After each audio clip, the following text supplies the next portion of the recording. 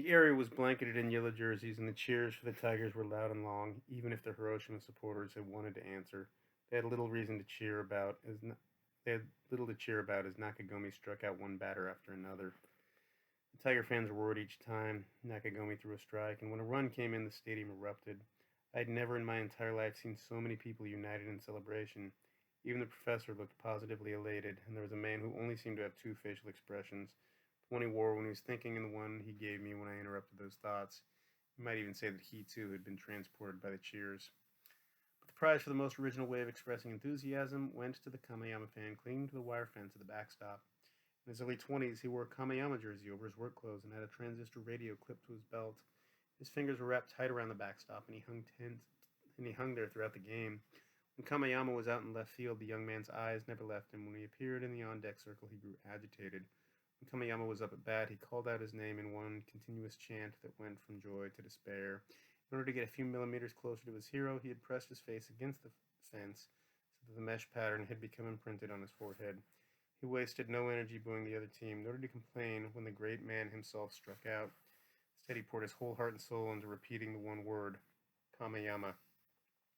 As we watched him, we began to wonder what would happen if Kamayama actually got a hit, and when, in the middle of the fourth inning, he knocked it into left field, spectators sitting behind him reached up out of their seats as if expecting him to faint it away. Kamayama's ball shot between second and third and bounced into the outfield. It glowed white against the grass, and the outfielders scurried after it. The young man screamed for a long time, and even after his lungs were empty, he sobbed faintly and writhed against the fence. Shorik was up next, and this ecstatic display continued well into his warm-up. By comparison, the professor's reaction to the game was reserved and respectful. He didn't seem to care that none of his players were familiar from the cards he'd collected. Perhaps he was too busy trying to connect the rules and statistics stored in his head with the game on the field. He forgot to worry about the names of the players. "What's in that little bag?" he asked Root. "That's the rosin bag. It is pine tar to keep their hands from slipping." "And why does the catcher keep running toward first base like that?" "He's backing up the throw in case it gets away from the first baseman." "But it looks like some fans are sitting in the dugout. I think those are the interpreters for the foreign players." The professor turned to Root with his questions. He could tell you the kinetic energy of a pitch traveling 150 kilometers per hour, or the relationship between the ball temperature and the distance a hit would travel. But he had no idea what a rosin bag was. He had loosened his grip on Root's hand, but he still kept close and relied on him for reassurance. He talked throughout the game.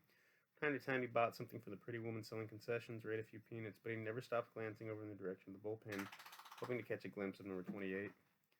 Tigers took a 6-0 lead going into the seventh inning. The game seemed to be moving along quickly, but all attention soon shifted from the game itself to Nakagami, who by the final inning was pitching a no-hitter. Their team had been ahead all along. The mood among the Tigers fans behind third base had grown more tense with each pitch. As the Tigers' last batter struck out and they took to the field, murmurs and moans could be heard from here and there in the bleachers. The team had continued to rack up runs that might have been easier to bear, but they had not scored since the fifth inning, and there was no change on the scoreboard. Like it or not, the game was an intense duel, and we were all focused on Nakagami. As he headed for the mound in the bottom of the ninth, someone in the stands finally gave voice to the thought that was on everyone's mind: 3 more outs. A murmur of disapproval went through the bleachers as though this encouragement was the surest way to jinx a no-hitter. The only comment that came from the professor: the odds of pitching a no-hitter are 0.18%. Hiroshima sent in a pinch batter for the leadoff batter. No one had ever heard of him, but no one was paying attention anyway. Nakagami threw his first pitch. The ball cracked off the bat and sailed into the midnight blue sky, tracing a graceful parabola. It was whiter than the moon, more beautiful than the stars. Every eye was focused on that one point. But the instant the ball reached its apogee and began to fall, the elegant arc vanished and became a meteorite, hurling toward us in a blinding streak. "Watch out," the professor cried in my ear. The ball grazed Root's shoulder, struck the concrete floor, and bounded off behind us. I turned to find the professor with his arms spread out to cover Root, shielding him with his entire body to keep him from harm.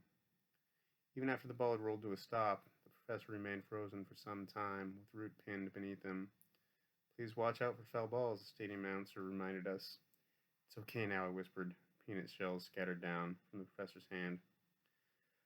A baseball weighing 140.7 grams, falling from a height of 15 meters, an iron ball weighing 12.1 kilograms, the force is 85.39 times. The professor whispered his incantation, huddling over seats 714 and 715.